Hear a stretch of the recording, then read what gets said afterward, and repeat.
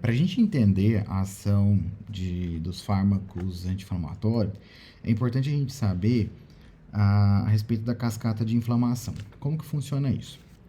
A partir do momento que o corpo sofre uma lesão, vai ser desencadeado uma cascata, chamada de cascata de inflamação, certo? Essa cascata, ela vai iniciar com um processo em base nos fosfolipídios de membrana. Por que isso?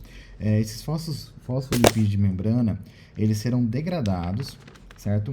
Para poder dar start ao processo de cascata da inflamação, tá? E é interessante saber também, lembrar, na verdade, que o processo inflamatório é uma resposta do organismo frente a qualquer tipo de agressão, ou seja, independentemente de qualquer tipo, qualquer agente agressivo, vai ocorrer um processo inflamatório, certo?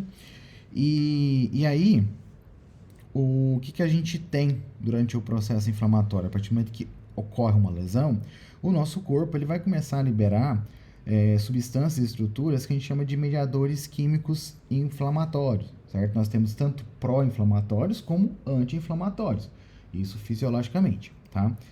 E como mediadores inflamatórios, nós temos as citocinas, histaminas, bradicininas, a própria serotonina, os radicais livres e os eucosanoides, tá? Os eucosanoides é o mais importante, né, mediador inflamatório, e ele é formado a partir de um ácido, que é o ácido araquidônico, tá? Já vou falar sobre ele daqui a pouco, tá bom? E é interessante saber que esse ácido araquidônico, ele tem sua origem nos fosfolipídios de membrana, tá? Então, a partir do momento que o organismo sofre uma lesão, vai ocorrer a degradação desses fosfolipídios de membrana, tá? Para formar o ácido araquidônico. E aí começa essa cascata inflamatória, que a gente chama também, pode ser chamado de cascata do ácido araquidônico, tá? Então, como que seria esse processo? A partir do momento que ocorre a lesão, os fosfolipídios de membrana, eles são degradados por uma enzima chamada fosfolipase A, tá? Essa fosfolipase vai quebrar esses fosfolipídios, vai formando o ácido araquidônico, tá? Esse ácido araquidônico, ele vai sofrer a ação de outras duas enzimas, tá? Uma chamada de lipoxigenase, tá? E a outra são a ciclooxigenase, tá? É interessante a gente saber que a lipoxigenase, a partir do momento que ela degrada o ácido araquidônico, ele se tornará em uma estrutura chamada leucotrieno, tá? Leucotrieno, ele é um mediador inflamatório, tá? E ele é um dos causadores do edema. Por quê? No momento, ele vai fazer aquela vasoconstrição rápida, certo?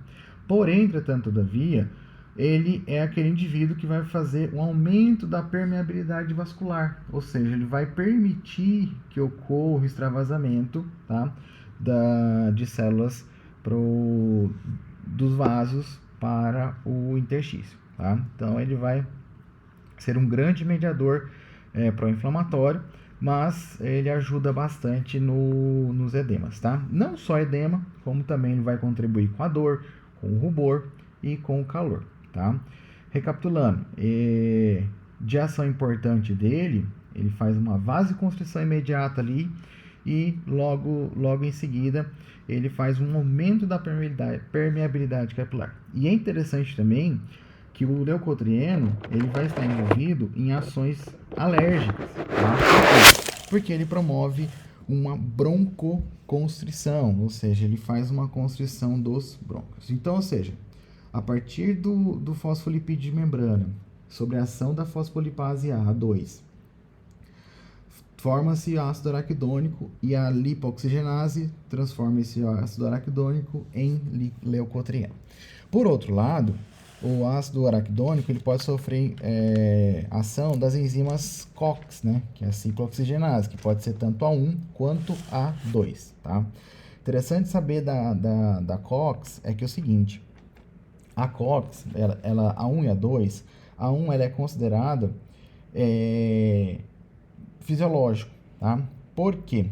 Porque a 1 ela está em constante produção no nosso corpo. A ciclooxigenase do tipo 1 ela está constantemente produzindo no nosso corpo e ela está distribuída no nosso corpo. Tá? Ela está presente tanto no estômago, nos rins e nas plaquetas. Tá? E ela tem uma ação muito importantíssima, tá?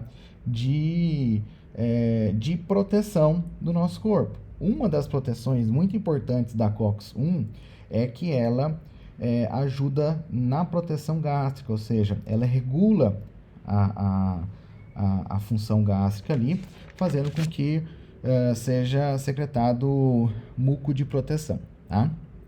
Então, esse muco, né, essa mucosa de proteção gástrica, ela é secretada pela COX-1.